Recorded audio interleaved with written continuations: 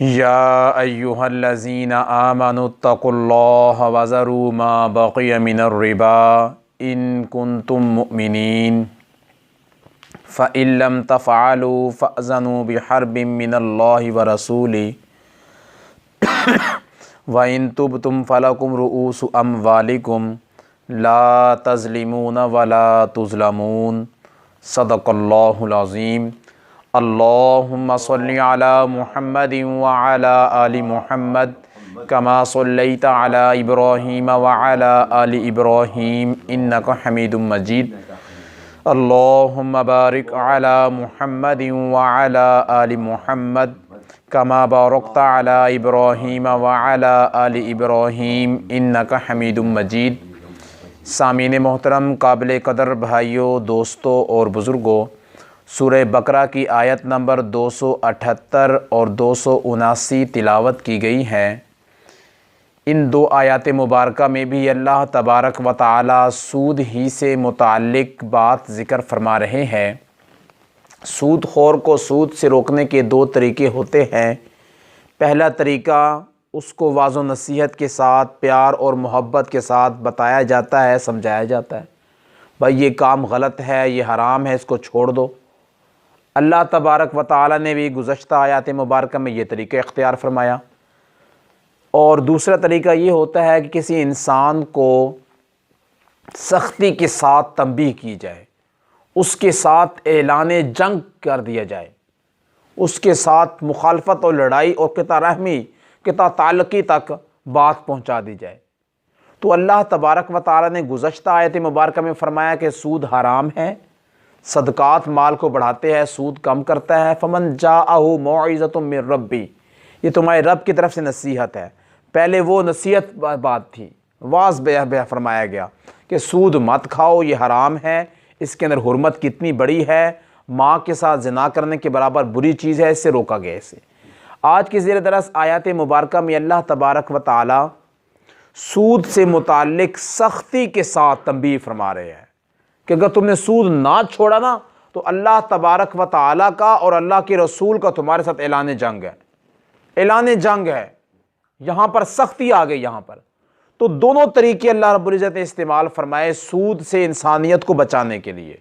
नसीहत भी की प्यार मोहब्बत के साथ, सख्ती वाला अंदाज भी इख्तियार किया कि सख्ती वाले अंदाज से कि इंसान बच जाए उससे और इंसान से किनारा कशी इख्तियार करे। अल्लाह ने फरमाया कि या अय्युहल्लज़ीना आमनू इत्तक़ुल्लाह, ए ईमान वालो अल्लाह से डरो। ईमान वालों को अल्लाह तबारक व तआला अपने से डरने का हुक्म दे रहे हैं और उसके बाद फरमा रहे हैं कि वज़रू मा बक़िय मिनर रिबा, जो कुछ सूद से बचा कुचा है, तुम्हारे मामलात सूदी दरमियान में है, कुछ लेना देना बाकी है, छोड़ दो, सब कुछ छोड़ दो। ये आयत मुबारक उस वक़्त नाजिल हुई जिस वक़्त मक्का मुकरमा में मौजूद कबीला बनु मुगीरा वहाँ पर मौजूद था। और कबीला बनु मुगीरा के लोग इंतहाई गरीब किस्म के लोग थे। और दूसरा कबीला था, उस कबीले का नाम था कबीला बनु सक़ीफ़, ये ताइफ़ के अंदर मौजूद था। तो ताइफ़ वाले, कबीला बनु सक़ीफ़ वाले, ये अमीर कबीर इंसान थे। और कबीला बनु मुगीरा वाले जो मक्का में रहने वाले थे वो ज़रा गरीब इंसान थे। अब कबीला बनु सक़ीफ़ वाले अमीर लोग कर्ज़े देते थे, सूदी कर्ज़े देते थे, सूदी कर्ज़े कबीला बनु मुगीरा वालों को। फिर उनको देते 1000, लाख, 10 लाख, 50 लाख, फिर उनसे सूद ऊपर लगा कर वो कर्ज़ा उनसे वापस लेते थे उनसे। तो ये एक हराम तरीका था, हराम खोरी करते थे इस तरह से। लेकिन हुआ ये कि अल्लाह तबारक व तआला ने अहले ईमान, इन लोगों को ईमान की दौलत से माला माल फरमाया। कबीला बनु सक़ीफ़ की भी कसीर तादाद इस्लाम में दाखिल हो गई, कबीला बनु मुगीरा की भी कसीर तादाद इस्लाम में दाखिल हो गई। अब जब दाखिल हो गई, साल पूरा हुआ तो कबीला बनु सक़ीफ़ वाले लोग आए कि जनाब हमारा कर्ज़ा तुम्हारे ऊपर है, साल पूरा हो गया है, हमने 1 लाख रुपए दिया था, हमने कहा था साल बाद 2 लाख रुपए लेके हम, हमारा पैसा दो हमें। तो अब उन्होंने कहा कि भाई तुम कौन सा पैसा और कौन सा सूदी मामला कह रहे हो, हमसे मांग रहे हो, इस्लाम में तो सूद हराम है, इस्लाम तो इस बात की इजाज़त नहीं देता। तो उस वक़्त अल्लाह तबारक व तआला के महबूब मोहम्मद रसूलुल्लाह सल्लल्लाहु अलैहि वसल्लम के पास सब लोग इकट्ठे होकर जमा होकर आ गए कि आप फैसला फरमाइए, क्या मामला है। तो हुजूर सल्लल्लाहु अलैहि वसल्लम ने जब मामला सुना तो अल्लाह रब्बुल इज़्ज़त ने उसी वक़्त ये आयत नाज़िल फरमा दी। पहले फरमाया कि ए ईमान वालो, उनको ईमान वाला क्या के पुकारा। फिर फरमाया इत्तकुल्लाह, अल्लाह से डरो। तकवे की तालीम दी, तकवे की तालीम। दुनिया और दुनिया की नेमतें सब कुछ जहां रह जाएगी, तकवा इंसान को काम आएगा। अल्लाह का डर और खौफ इंसान को दुनिया आखिरत में हर मकाम पर काम आएगा, हर जगह पे काम आएगा। तो बहरहाल फरमाया कि वज़रू मा बक़िया मिनर रिबा, जो कुछ सूद लेन देन बाकी है मामलात के एतबार से, ये सब कुछ छोड़ दो, सब कुछ छोड़ दो। ये जहां पर है वहीं पे छोड़ दो। कुछ लेने वाले तुम्हारे बात बाकी है, कुछ देने वाले बाकी है, को जो कुछ भी है वो सब कुछ छोड़ दो। तो अल्लाह रब्बुल फरमाया कि इन कुंतुम मुमिनीन, अगर तुम ईमान वाले हो, अगर तुम्हारे अंदर ईमान है फिर तुम ये काम करोगे, वरना नहीं। और आगे फरमाया फ़इल्लम तफ़अलू, सिर्फ बात यहीं तक नहीं है कि छोड़ दो, डरो, बात यहीं तक महदूद नहीं है। फ़इल्लम तफ़अलू, अगर तुमने ऐसा ना किया, फ़अज़नू बिहर्बिम मिनल्लाहि व रसूली, तो ऐलाने जंग सुन लो अल्लाह और उसके रसूल का। तुम्हारे साथ अल्लाह और उसका रसूल जंग करने के लिए तैयार है, जंग करने के लिए तैयार है। तो ये बात है। तो इसलिए अल्लाह तबारक व तआला ने ये तरदीद बड़ी सख्ती के साथ फरमाई कि सूद इंसान को तबाह बर्बाद करके रख देता है। सूद से इंसान को पैसा तो बड़ा फलता और फूलता हुआ नजर आता है, लेकिन उसके अंदर से नूरानियत, बरकत और अल्लाह की रहमत और अल्लाह का फजल निकल चुका होता है। पस्ती और जलालत की तरफ इंसानियत को यह सूद लेके जा रहा होता है इंसान को, और इंसान को पता भी नहीं चलता इस बात का। तो इसलिए फरमाया कि बिहर्बिम मिनल्लाहि व रसूली, ये अल्लाह तबारक व तआला का और अल्लाह के रसूल को तुम्हारे साथ ऐलान जंग हो जाएगा। जब अल्लाह भी तुम्हारे मुखालिफ, रसूल भी तुम्हारे मुखालिफ, तुम कहां जाओगे? तुम्हारा ईमान कहां का, तुम्हारी दुनिया और आखिरत कैसे बन सकती है, कैसे संवर सकती है, जब अल्लाह भी तुम्हारे मुखालिफ, रसूल भी तुम्हारे मुखालिफ, दोनों तुम्हारे मुखालिफ। इसलिए उलमा ने लिखा है, हज़रत अब्दुल्लाह बिन अब्बास रज़ी अल्लाह तआला अन्हु खुद फरमाया है कि मुसलमान हाकिम को चाहिए कि सबसे पहले अपनी सल्तनत के अंदर से, अपने मुल्क के अंदर से सूदी निज़ाम को ख़त्म करें। लेकिन आज इस्लाम का नाम लेने वाले बहुत से ममालिक हैं, इस्लामी निज़ाम मुमलिकत का नाम लेने वाले बहुत से लोग हैं, लेकिन वो सूद छोड़ने के लिए तैयार नहीं है। वो कहते हैं हमारा मुल्क सूदी निज़ाम के बगैर चल ही नहीं सकता। हालांकि ये बात बहुत बुरी और बहुत बड़ी है। भाई अल्लाह ताला जो सारी कायनात को बनाने वाला है, सारे निज़ाम चलाने वाला है, क्या उसने वैसे ही कुरान में कह दिया है? कुरान में अल्लाह ने वैसे कह दिया कि ऐलान जंग है मेरा तुम्हारे साथ, अगर तुमने सूद मामलात किए। तुम जो कहते हो हमारी माईशत चल ही नहीं सकती, हमारा इक्तिसादी निज़ाम तबाह बर्बाद हो जाएगा अगर हम सूद का कारोबार ना करें, सूदी निज़ाम को हम प्रोमोट ना करें तो हमारा सारा मुल्क तबाह बर्बाद हो जाएगा। ये बात गलत है। मुल्क टूटते नहीं है सूद के छोड़ने से, अल्लाह के अहकामात को तो तोड़ने से टूटते हैं। अल्लाह के अहकामात को तोड़ने से मुल्क टूटते हैं, अफरा तफरी फैलती है, मुल्क के अंदर इफलास फैलता है, मुल्क के अंदर मुफलिसी फैलती है, गुर्बत फैलती है। और आज ये सारा कुछ ये हो रहा है, हर जगह पे ये हो रहा है। क्यों? इसलिए कि हमने सूद को हलाल समझ लिया। हमने, एक है सूद को हराम समझना और एक है सूद को हलाल समझना और फिर इस्तेमाल करना, ये उससे बढ़कर गुनाह है। और आजकल दुनिया के अंदर, जिससे मैंने गुज़श्ता दरस में अर्ज़ किया कि बहुत सी सूरतें हैं सूद की, तो इसी तरह सूद की सूरतों में से एक चंद सूरतें और भी है जिनका नाम तब्दील करके लोग पेश कर रहे हैं। आजकल हर इंसान के पास मोबाइल है और मोबाइल के अंदर हर इंसान के पास सिम है। उस सिम के ऊपर अकाउंट खुल रहे हैं, जैज़ कैश के नाम से, इजी पैसा अकाउंट के नाम से, यू पैसा अकाउंट के नाम से। ये सारे जो अकाउंट खुल रहे हैं और इनके अंदर जो उनसे है सूदी मामलात किए जाते हैं। कैसे? हुजूर सल्लल्लाहु अलैहि वसल्लम ने फरमाया कि हर वो कर्ज जो किसी नफे को खींच कर लाए तो वो सूद है। आपने किसी को कर्ज दिया और साथ उससे कुछ नफा भी हासिल कर रहे हैं, ये सूद है। ये सूद है। ये आप कहते हैं ये मेरे से 1 लाख रुपए ले लो कर्जे के तौर पे, अब कर्जा भी वापस ले रहे हो 1 लाख रुपया, और क्या तो भाई 2 दिन मेरी खिदमत कर दो, मेरा ये काम कर दो, घर का मेरा ये काम कर दो। वो कहता भाई इससे मैंने पैसा लिया हुआ है, इसको मैं ये काम कर देता हूँ इसका। मैं कोई दर्जी है तो 2 सूट भी सी देते साथ, कोई और काम करने वाला कोई और काम कर देता है। कर्ज के ऊपर जो नफा लिया जाता है, चाहे वो अमली हो किसी भी अंदाज से हो, वो सारा हराम है, वो सब सूद है। वो हुजूर ने साफ अल्फाज में फरमा दिया कि कर्ज, हर वो कर्ज जो नफे को खींचने वाला है, ये हराम है, ये सूद है ये।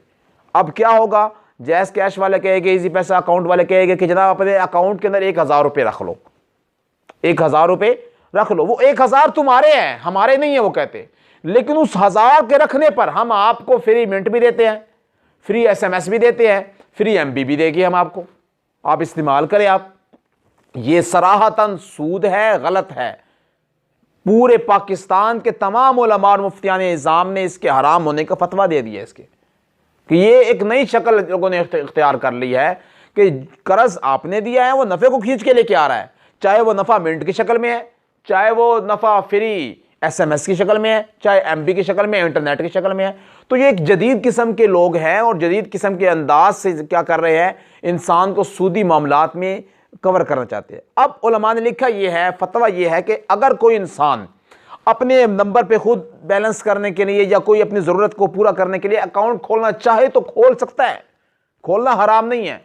लेकिन जो उन्होंने मतलूबा रकम बतलाई है कि इतनी रकम रखो तो तुम्हें हर रोज़ तुम्हें ये चीज़ मिलेगी, उस रकम तक नहीं इंसान पहुंच सकता। उससे कम तक रख ले, 1000 कहते 900 रुपये रख ले, 800 रुपये रख ले, उसके अंदर अंदर तक रख ले पैसे। तो फिर ये क्या होगा कि इस्तेमाल की चीज़ है, वो इस्तेमाल तो कर रहा है, अपने पैसे हैं, अपने ही नंबर पे बैलेंस कर रहा है, अपने घर वालों के नंबर पे बैलेंस कर रहा है, तो ये काम कर रहा है, वो उसके लिए जायज़ हो जाएगा। उसके लिए एक तरह का बिल अदा करना चाहता है, अपना बिल अदा कर लेगा अपना, वो जायज़ हो जाएगा उसके लिए। लेकिन जो उनकी मतलूबा मिकदार है, वो मिकदार रखोगे तो फिर उस मिकदार पर जो आपका कर्ज है उनके पास मोबाइल के अंदर, उसके ऊपर आपको नफा देता है, तो ये हराम है, ये सूद है ये। तो इसलिए इससे इंसान को बचना चाहिए। और इसी तरह इन्हीं अकाउंटों के अंदर एक उन्होंने ऑप्शन दे देते हैं कि इंश्योरेंस करवा ले अपनी। तो इंश्योरेंस जिसमें क्या है, चाहे वो बैंक में जाकर करवाई जाए, बीमा पॉलिसी ली जाए, चाहे अपने अकाउंट के जरिए करवाई जाए, चाहे अपने सिम के जरिए कराई जाए, चाहे ईमेल के जरिए, कोई किसी से कराई जाए, एप्लीकेशन के जरिए करवाई जाए, ये सब की सब हराम है, नाजायज़ है, इनसे इंसान को बचना चाहिए। तो बहुत सारी चीज़ें ऐसी पैदा हो चुकी है चारों तरफ से, इंसान को हलाल की तरफ जाने ही नहीं देती।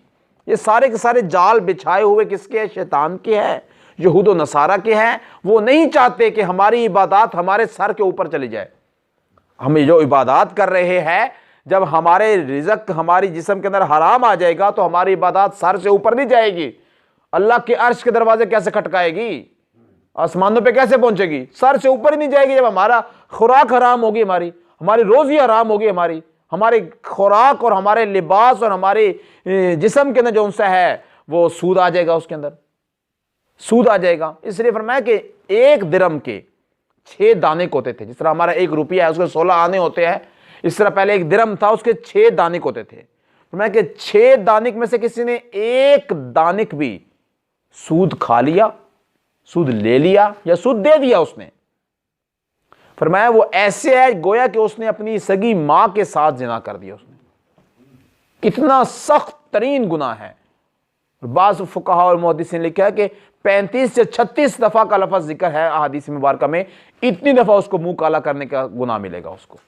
तो कितनी बुरी बात है ये और कितनी गलत बात है। हम एक तरफ इस बात को गलत समझते हैं, लेकिन सूद बड़े मज़े ले लेके खाते हैं, हराम अपना मालों का माल बड़े मज़े ले लेके खाते हैं। तो ये चीज़ गलत है, और जो गलत है वो गलत है, वो जो हराम है वो हराम है। उसको आप जो कुछ मर्जी कहे, वो हराम हलाल नहीं हो सकती। वो जो अल्लाह ने हराम कर दिया वो अल्लाह ताला ने हराम कर दिया।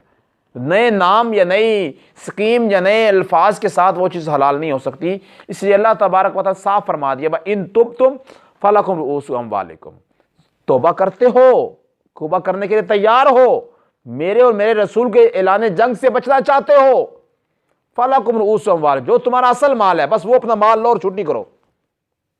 बस वो तुम्हारा माल है जो असल, वो माल लो और बाद में तितर हो जाओ, निकल जाओ यहां से।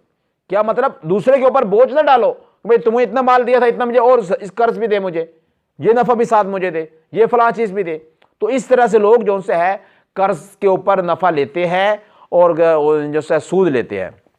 अब एक और सूरत लोगों ने शुरू कर ली है कि जनाब कोई मसला नहीं कि आप हमें 1 करोड़ रुपए दे दें, जब वापस करना है तो 1 करोड़ साथ एक गाड़ी भी देनी है, एक मोटरसाइकिल भी साथ देना है, एक मोटरसाइकिल भी देना है। तो भाई एक बंदे ने अगर आपके पास 1000 रुपये रखवाया, 1 महीने के बाद आप उसको 1000 वापस करते हैं, वो कहते हैं 1000 के साथ आपसे मैं 1 कॉपी भी लूंगा, 1 पेंसिल लूंगा, 1 जूती लूंगा, 1 टोपी लूंगा।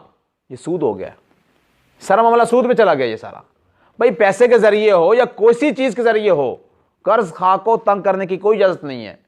कर्जा देना है, 200 बिस्मिल्लाह, देने पर भी सवाब है, लेने पर भी सवाब है, वक्त पर अदा करने पर भी सवाब है, मोहलत देने पर भी सवाब है, ये अलग अलग सवाब है। लेकिन कर्ज खा को ऊपर किसी और चीज का बोझ डाल देना, किसी काम का, किसी उजरत का, किसी मजदूरी का, किसी चीज इस्तेमाल का, किसी खाने की चीज का, कोई भाई तुमने जो पैसे वापस करने आना है मुझे तो साथ एक मिठाई का डब्बा लेकर आना, तो फिर भी ये हराम हो गई है। भाई मिठाई का डब्बा, खाने की चीज, जो भी चीज है, तो कोई भी सूरत हो सकती है, तो ये सारे के सारे सूदी चीजें हो सकती है। इससे लेन देन के मामलात में इंसान को खास तौर पे हराम से बचना चाहिए, सूद से बचना चाहिए। जहां समझ ना आए वहां से सही उलमा, मुस्तनद उलमा और फुकहा और मुफ्तियान इज़ाम से राब्ता करके इंसान को इस्तेमाल करना चाहिए। अल्लाह ने फरमाया ला तज़लिमून वला तुज़लमून, ना तुम जुल्म करो ना तुम पे जुल्म किया जाएगा। सूद खा के, प्राइस बोर्ड लेके, उनके इनामात निकाल के, लॉटरी के जरिए इनाम निकाल के, कभी इंश्योरेंस के जरिए, कभी बीमा पॉलिसी के जरिए, कभी जैज़ कैश अकाउंट के जरिए, कभी किसी के जरिए अपना सूद खा के तुम जुल्म कर रहे हो अपने ऊपर। फरमाया तुम जुल्म ना करो, तुम्हारे ऊपर जुल्म भी नहीं किया जाएगा, जुल्म भी नहीं किया जाएगा। अब तुम जुल्म करोगे, सूद खाओगे, फिर अल्लाह तबारक व तआला तुम्हारे मामलात करेगा। कोई ऐसी बीमारी भेज देते हैं अल्लाह, कोई ऐसा मामलात इंसान के साथ बन जाते हैं, इंसान परेशान हो जाता है इंसान। तो ये सारे के सारे मामलात कहाँ से आ रहे होते हैं? ये अल्लाह की तरफ से हालात उतरते हैं इंसान पे हर किस्म के। तो अल्लाह ताला साफ फरमा दिया, जो चीज़ हराम है वो हराम है, उससे बचो, उससे किनारा कच इख्तियार करो। अगली आयत मुबारक में अल्लाह तबारक व तआला कर्ज खा को मोहलत देने और कर्ज खा के लिए आसानी पेश करने के बारे में जिक्र फरमा रहे हैं। अल्लाह तबारक व तआला मुझे और आपको समझने की और सही तरीके से अमल करने की तौफीक अता फरमाए। व आखिरु दावाना अनिल हम्दुलिल्लाहि रब्बिल आलमीन।